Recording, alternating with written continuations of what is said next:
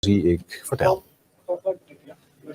Ja, dat klopt. Burgemeester Halsema, hoofdofficier van Justitie en hoofdcommissaris van Politie gaan nu beginnen. Laten we luisteren. Burgemeester Halsema, namens het Openbaar Ministerie Amsterdam, meneer Beukelaar, hoofdofficier van Justitie en de politiechef van de eenheid Amsterdam. Mevrouw de Bouw, geef graag het woord aan de burgemeester. Dames en heren, zoals u weet is vanavond Peter R. de Vries neergeschoten in de Lange Leidse Dwarsstraat. Op dit moment weten we alleen dat hij zwaar gewond is en vecht voor zijn leven. Meer kan ik u nu niet melden.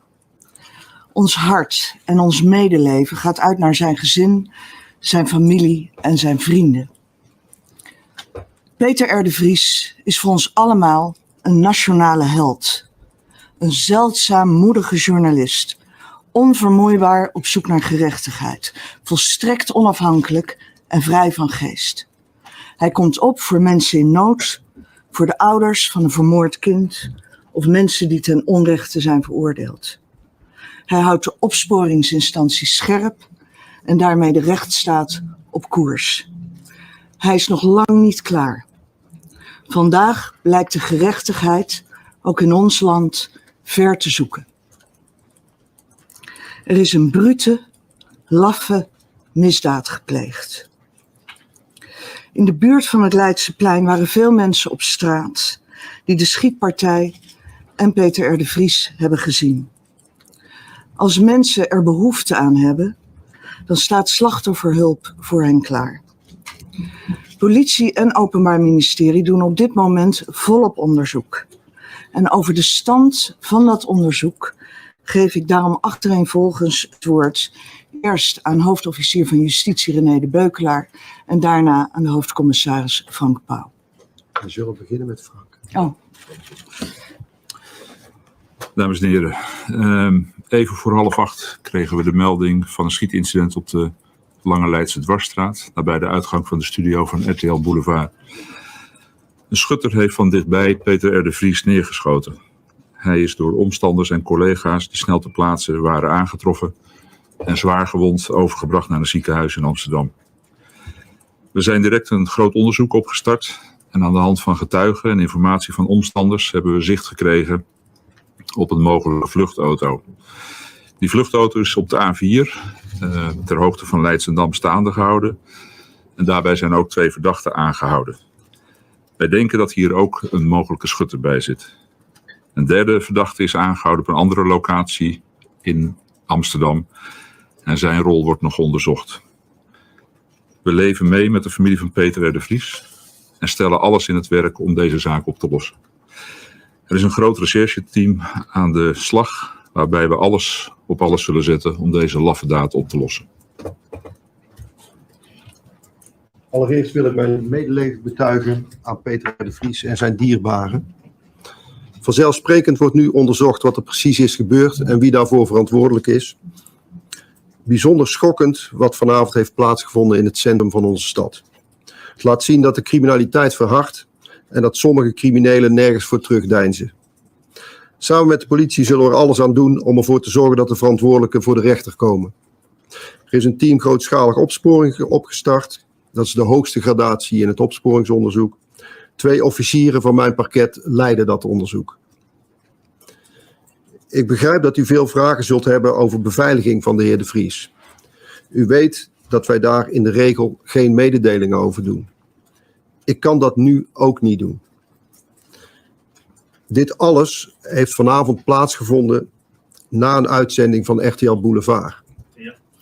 Er zijn op dit moment geen aanwijzingen dat de veiligheid rondom dit programma in gevaar is. Vragen, graag medium en ook aan wie de vraag. Wie kan dat eerst een vraag stellen?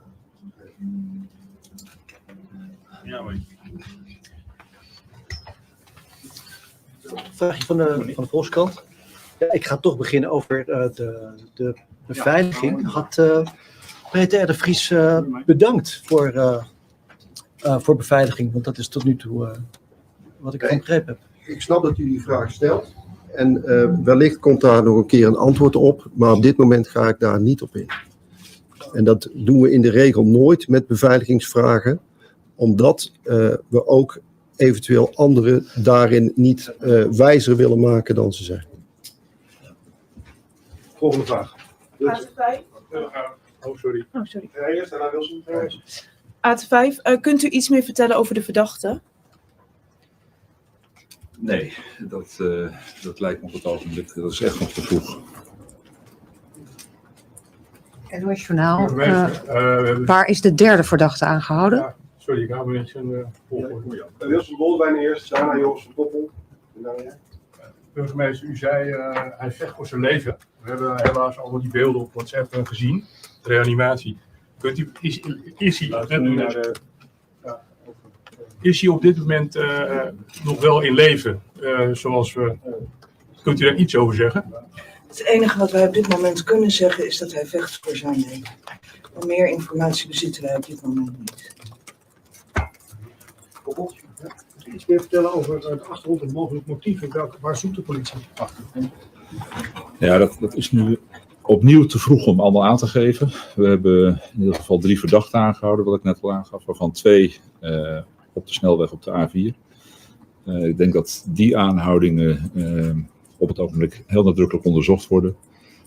En dat we daarop zullen moeten wachten wat daar uiteindelijk uitkomt. Nou, misschien nog goed om te zeggen, wij kijken altijd wat voor scenario's er allemaal kunnen zijn. Die zetten we op een rij en dan beginnen we natuurlijk met de meest aannemelijke, maar nu is de situatie iets anders, omdat we een aantal mensen hebben aangehouden. Dus we starten echt vanuit de aanhouding, maar de andere scenario's zullen wij ook nog nalopen.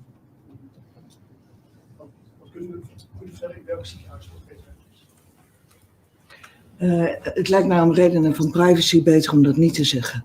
Want hij zal in aanwezigheid zijn van zijn dierbaren en die hebben de privacy ook nodig. Volgende vraag. Hart van Nederland? Ja, kunt u iets zeggen over andere personen die naar aanleiding van dit incident nu extra beveiligd worden? Nee, ja, ik snap dat u deze vragen stelt. Laat me daar duidelijk over zijn. Maar veiligheidsvraagstukken, die moeten niet in de openbaarheid komen. Dus ja, wij hebben in Nederland meerdere mensen in de beveiliging en daar doen we nooit mededelingen over. RTL Nieuws. Meneer Pauw, je heeft 3 verdachten aangehouden. Er is eerder vannacht een signalement gespeeld. Is een van die verdachten, voldoet hij aan dat signalement? Ja. Betekent dat hij ook nog niet op zoek naar andere verdachten? Zoals net al aangegeven, we sluiten nog niks uit. We zijn blij dat we deze in ieder geval hebben kunnen aanhouden. En daar gaat nu het onderzoek verder om te kijken of we deze ook kunnen linken aan de laffe daad. Ja, midden in het centrum van Amsterdam plaatsgevonden. Hoe belangrijk zijn camerabeelden? Die zijn heel belangrijk. En daar hebben we ook gelijk het onderzoek ook gelijk op gericht. We hebben ook een oproep gedaan om mensen die daar direct filmbeelden van hebben of inderdaad daarna nog gefilmd hebben, om die ook inderdaad naar ons op te sturen. Meneer NSC? NSC. Over die camerabeelden. We weten allemaal dat er veel te doen is rond die studio. Zijn er, zeg maar, vaste camera's en zijn daar al beelden van teruggezien? Nou, u weet dat in deze omgeving sowieso best veel camera's hangen. Dus we zullen alle beelden die we kunnen krijgen, en dat gaat zowel van vaste camera's die we zelf hebben hangen, of van mensen in de buurt die camera's hebben hangen, die gaan we allemaal verzamelen en uitkijken. Maar weten we nu al of de schietpartij zichtbaar is op die beelden? Of is dat te vroeg om dat te Nee, zeggen? dat is nog echt te vroeg, omdat we denken dat we vrij veel beeldmateriaal kunnen hebben. En we zijn echt aan het veiligstellen van al deze beelden. Vlucht, waarom? Is het moordwapen gevonden in die auto bijvoorbeeld? Ergens anders? Dat maakt nog deel uit van het onderzoek. Ik denk dat we naar een afronding toe gaan. Wil jij nog een laatste vraag Kan er stellen? nog, Marcia die Telegraaf, kan er nog iets gezegd worden over de derde verdachte die is aangehouden? Of alleen Amsterdam is iets nieuws? Ja, dat is in Amsterdam-Oost gebeurd. Maar daar moet ook nog van blijken of die daarbij echt bij betrokken is. Dat is wel op basis van signalement gebeurd. Maar zoals ik al zei, ik denk dat de vluchtauto, zoals wij hem bestempelen, met die 2 verdachten, dat onze grootste lead op het ogenblik is. Ja, Persconferentie van burgemeester Halsema, de politiechef van Amsterdam en de hoofdofficier van Justitie, de Beukelaar. En we hebben nog één vraag die we meenemen. En die was van onze collega. Laten we toch even teruggaan naar de zaal. Dan horen we wat Joris gevraagd heeft. En het antwoord daarop. Als we dit soort aanwijzingen hebben, dan grijpen wij ook gewoon in. Was er rond hem op de studio van RTL extra politie als beveiliging aanwezig? Ja, het is een beetje hetzelfde antwoord als wat de hoofdofficier heeft gegeven over de status en de mate van beveiliging. Doen we normaal ook geen uitspraak en nu ook niet. In dit geval is er een aanslag gepleegd op een niet bekende journalist, topjournalist. Het zou gewoon raar zijn als er geen beveiliging was. Dat maakt nou wat René de Beukelaar ook heeft aangegeven, dat ook deel uitmaakt van het onderzoek. Niet genoeg beveiliging was? Nee, we zullen het onderzoek zal ook zich richten op de wijze van beveiliging. Kijk, dat was inderdaad Joris van Poppel, onze verslaggever, die ik net vlak voor deze persconferentie live in dit extra lange NOS-journaal naar aanleiding van de aanslag op Peter R. de Vries vanavond stelde. Hij vecht voor zijn leven. Dat zei de burgemeester Femke Halsema in die persverklaring vanavond in het hoofdbureau van politie, geflankeerd door de hoofdofficier en de politiechef. Joris, als jij mij al kan horen in de zaal, de conclusie is dat we weinig feiten horen. Er zijn verdachten aangehouden. Jij kunt mij horen? Ja, zeker. Dat zijn toch wel belangrijke feiten natuurlijk. Dat er 3 verdachten zijn aangehouden. 2 verdachten in een auto. Onder hen vermoedelijk de schutter. En daarnaast nog een verdachte in Amsterdam aangehouden. Dat is bekend geworden op deze persconferentie. Waarin de burgemeester het ook een afschuwelijke laffe misdaad noemde. Ze zei, gerechtigheid lijkt vandaag ver te zoeken. Maar het gaat om de man die onvermoeidbaar op zoek was naar gerechtigheid. We hebben ook gehoord dat over de toestand van Peter R. de Vries nog weinig nieuws te melden is. Buiten dat hij zwaar gewond is. Dat hij vecht voor zijn leven. En dat het onderzoek nog in volle gang is.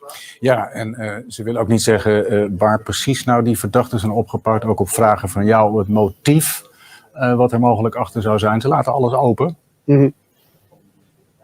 Ja, uiteraard is dat ook in het belang van het onderzoek. Kunnen ze nog lang niet alles vertellen. Dus over de achtergrond en het motief.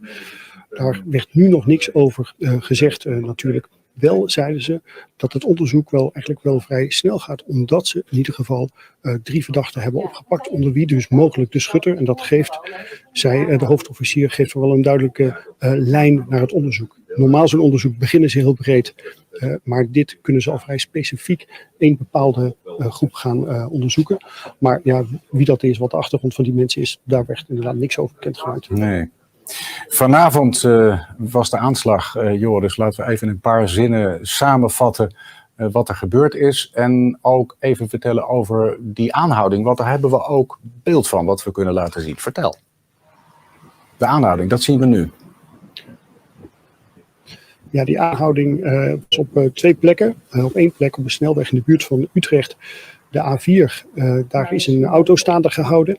En daar zijn 2 verdachten gearresteerd. En 1 van hen is dus de vermoedelijke schutter. De politie wil niet zeggen of het wapen ook is aangetroffen daar. Dat is ook een deel van het onderzoek uiteraard. En daarnaast is er nog een verdachte aangehouden in Amsterdam. 3 verdachten inderdaad zijn aangehouden. Dat was een van de mededelingen. Hè? Inderdaad, Joris, dankjewel voor dit moment. Waar ze ook hebben zitten kijken, uiteraard, is op het kantoor van de NCTV. Nationaal Coördinator Terrorismebestrijding en Veiligheid in Den Haag. Verslaggever Ron Vrezen, jij bent erbij. En ook de premier en minister Grapperhaus, die zijn daar bij jou in dat gebouw. Die hebben meegekeken. Ja, die hebben hier naar de persconferentie zitten kijken. Inderdaad, samen met de chef van de Nationaal Coördinator Terrorismebestrijding en Veiligheid, Jaap Albersberg. En elk moment zullen zij hier in de hal van het ministerie van Justitie en Veiligheid een kort statement afgeven. Grapperhaus en Rutte. Ze zijn hier sinds ongeveer 9:30 vanavond bij elkaar. Niet omdat er sprake is van een opschaling van een crisissituatie, maar omdat het natuurlijk een gebeurtenis is met heel veel impact in het land, vond men het nodig om hier toch vanavond bij elkaar te komen. En het was ook praktisch, want ze hebben ook telefonisch contact gehad met de burgemeester van Amsterdam, met de korpschef, met de top van het Openbaar Ministerie, om alle informatie die er is uit te wisselen en te kijken daar waar hulp vanuit Den Haag nodig was, die geboden kon worden. Op dit moment zijn ze nog kennelijk achter een van die gesloten deuren bij jou bij het kantoor van de NZTV in beraad. Waar verwacht je, denk jij, dat ze mee zullen komen? Juist omdat ze, je vertelt het net, het een zaak vinden die maatschappelijk grote impact heeft. Vertaal het in mijn eigen woorden. Ze zullen een kort statement afgeven waarin, zoals we nu horen, men empathie wil laten blijken met wat er in Amsterdam gebeurd is. Hulp aanbieden waar dat mogelijk is. Dat statement zal denk ik niet verder gaan dan dat. En natuurlijk ook het overbrengen van het leedwezen richting familie en nabestaanden. En Peter R. de Vries zelf natuurlijk heel veel sterkte wensen in dat ziekenhuis. Ik denk dat we rekening moeten houden met zo'n verklaring. Ik hoor nu dat ze onderweg zijn, dus ik stel voor dat we hier even blijven. De laatste keer dat we Grapperhaus natuurlijk gehoord hebben en gezien hebben over zo'n kwestie was 2 jaar geleden. Toen Dirk Biersum, de advocaat van Nabil B., kroongetuige van het Ridouan T-proces, werd doodgeschoten. Grapperhaus had het toen over een aanslag op de rechtsstaat. En gaf toen ook aan dat er extra veiligheidsmaatregelen genomen zouden worden om advocaten te beschermen. Een van de dingen die we hier natuurlijk, de journalisten die hier staan, aan Grapperhaus en Rutte zometeen gaan vragen, is hoe het met die veiligheidsmaatregelen richting journalisten zit na vanavond natuurlijk. Ja, zeker. Ja, je kijkt uiteraard om je heen of ze er al aankomen, want daar is het wachten op. Premier Rutte en minister Grapperhaus voor een verklaring. Nee hoor, dat kunnen we gewoon ook uitleggen aan u thuis. U kijkt naar een extra lang NOS-journaal. Wat komen we er nu aan? Er is een aanslag geweest op Peter R. de Vries. En ik begrijp dat ze eraan komen. Laten we kijken. En luisteren vooral. Premier Rutte en minister Grapperhaus voor een verklaring over de aanslag op Peter R. de Vries in de Lange Leidse Dwarsstraat. Vanavond rond 7:30 in Amsterdam. Hij vecht voor zijn leven, zei 10 minuten geleden tijdens een persconferentie de burgemeester van Amsterdam. De aanslag op Peter R. de Vries vanavond in Amsterdam is schokkend en niet te bevatten. Een aanslag op een moedige journalist. En daarmee een aanslag op de vrije journalistiek, die zo wezenlijk is voor onze democratie, voor onze rechtsstaat, voor onze samenleving. De vrije journalistiek, waarvan Peter R. de Vries bij uitstek een vertegenwoordiger is. Bij alles wat we op dit moment weten en vooral nog niet weten, bij alle gevoelens van boosheid en verslagenheid, staat nu voorop dat onze gedachten allereerst uitgaan naar Peter R. de Vries en zijn geliefden. We hopen allemaal vurig, we bidden dat hij deze aanslag overleeft. Dat is nu het belangrijkste. En we zetten alles op alles om ervoor te zorgen dat het recht zijn beloop heeft. Ik geef het woord aan mijn collega, de minister van Justitie en Veiligheid, Fred Grapperhaus. Dames en heren, er is vanavond een buitengewone journalist neergeschoten. Een moedig en kritisch man. En dat is een zwarte dag. Niet alleen voor al die mensen voor wie Peter R. de Vries naast en dierbaar was of die hem kenden, maar ook voor onze persvrijheid. Nederland is een land waar we echt gewoon altijd willen dat journalisten in alle vrijheid elk onderzoek kunnen doen wat gedaan moet worden. En die vrijheid is vanavond hevig aangetast. En dat raakt journalisten, maar het beschadigt onze samenleving. De politie zet alles op alles om de daders te vinden. Er wordt natuurlijk gespeculeerd naar de daders, naar de toedracht, naar alle omstandigheden. Maar we zullen er alles aan doen om alle feiten hier boven water te krijgen. Het kabinet zit ondertussen in nauw contact met de Amsterdamse driehoek. En laten we de politie nu ook echt goed dat onderzoek doen. En als er dingen te melden zijn, dan zullen die ook echt gemeld worden. Dan laten we nu vooral zijn. Die man die vecht voor zijn leven. Dank u wel. Dank je, Vert. Er is ruimte voor enkele vragen, maar uiteraard is er nog weinig bekend. En wij weten niet meer dan net in Amsterdam is gedeeld. Dus een enkele vraag doen we en dan misschien morgen verder. Mag ik een vraag stellen? U heeft het over de persvrijheid. Gaan er nog extra bijvoorbeeld maatregelen genomen worden of extra mensen beschermd worden? Wij zijn in ieder geval vanavond hier, ben ik speciaal naartoe gekomen, om ook met de Nationaal Coördinator Terrorismebestrijding en Veiligheid en met het hoofd van de dienst Bewaken en Beveiligen alles goed door te spreken. En wees u verzekerd dat we zeer waakzaamheid bovenaan hebben staan.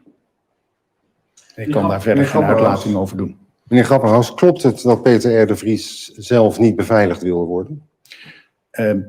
Op dit moment moeten we echt, als gezegd, even het onderzoek laten plaatsvinden zoals dat gebeurt.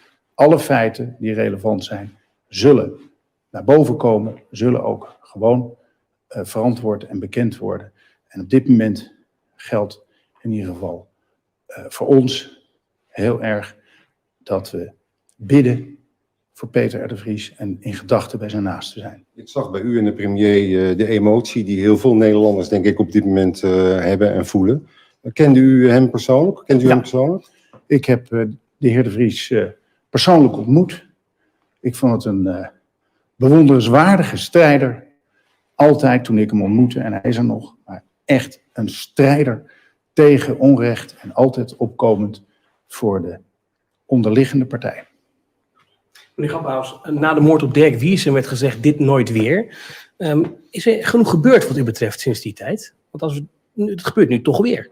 Ik denk dat we heel duidelijk de afgelopen jaren hebben gezegd, er is een kentering geweest in hoe bepaalde misdaad zich gedroeg. We kunnen hier nog niets over zeggen, want dit is nog helemaal in onderzoek. En nogmaals, we zullen ook volledig alle feiten boven water halen, zodat iedereen kan beoordelen of er genoeg is gebeurd. En ik blijf het zeggen, nu vooral in gedachten. Hier laten we bij slachtoffer. Kijken wat er nu feiten zijn bij ons. Dank u. Dat zei de premier Rutte, demissionair premier Rutte en demissionair minister van Justitie en Veiligheid Grapperhaus in het gebouw van de NCTV, Nationaal Coördinator Terrorismebestrijding en Veiligheid, naar aanleiding van de aanslag op Peter R. de Vries, 64 jaar. Hij vecht voor zijn leven in het ziekenhuis. Dat zei de burgemeester van Amsterdam zojuist eerder vanavond, een half uurtje geleden, op een persconferentie, in het bijzijn van de hoofdofficier van Justitie en ook van de politie, de hoofdcommissaris in Amsterdam. En die zeiden dat het onderzoek in volle gang is naar wat er is gebeurd. 3 verdachten die zijn opgepakt, die zijn aangehouden. Wat zij precies hebben gedaan, dat is nog niet duidelijk. Over motieven is ook nog niet veel te zeggen en ook nog niet veel gezegd. Alles wordt opengehouden en onderzocht. En door informatie werd ook tijdens die persconferentie zojuist verteld vanuit Amsterdam. Door informatie van omstanders en ook camerabeelden in de lange Leidse dwarsstraat. Daar waar het iets voor 7:30 is gebeurd, kreeg de politie al snel zicht op een vluchtauto. En vervolgens zijn op de A4 eerder vanavond 2 verdachten aangehouden. Dat was in de buurt van Leidschendam. De politie had ze klem gereden. En onder hen is, zegt de politie, de vermoedelijke schutter. En ja, het kabinet houdt natuurlijk goed in de gaten, vandaar ook die persconferentie net. Hoe dat maatschappelijk leeft in Nederlanders. Mensen die nu naar het NOS-journaal zitten te kijken, ook op andere manieren kennis hebben genomen van de aanslag op Peter R. de Vries, die nogmaals vecht voor zijn leven, zwaar gewond ligt in het ziekenhuis. Hoe reageren die? Bijvoorbeeld ook mensen in Amsterdam. Buurtbewoners die misschien hebben gevoeld wat er is gebeurd. Hoe reageerden zij? Ja, ik ben heel erg geschrokken. En ik denk, het is toch een soort van aanval op ons allemaal, hoe ik het een beetje ervaar.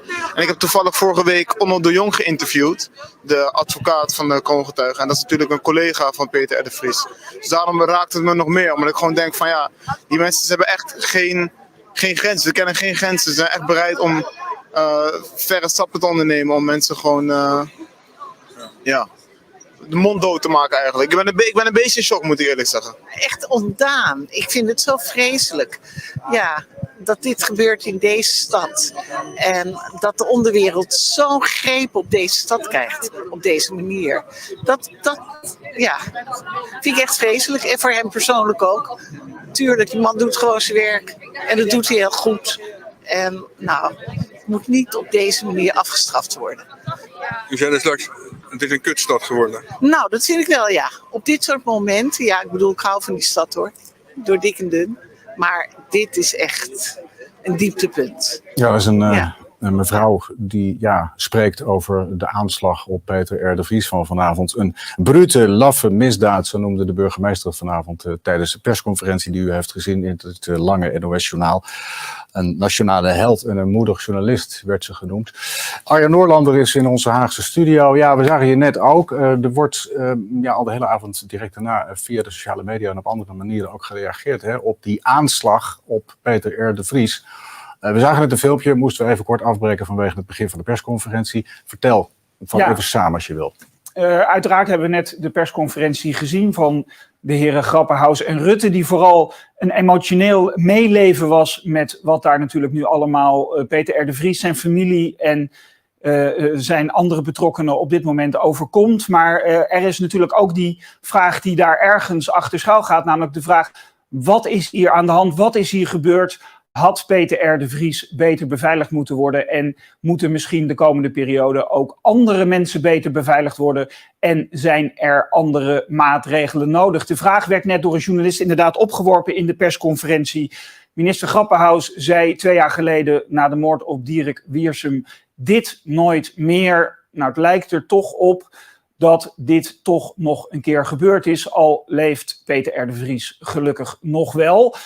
Allemaal vragen, veel vragen vanavond, maar dat betekent dus ook dat er nog heel veel antwoorden niet zijn. En dat geldt ook voor de reacties die in eerste instantie hier in Den Haag loskwamen. Vooral geschrokken reacties, daar kunnen we zo meteen even naar kijken.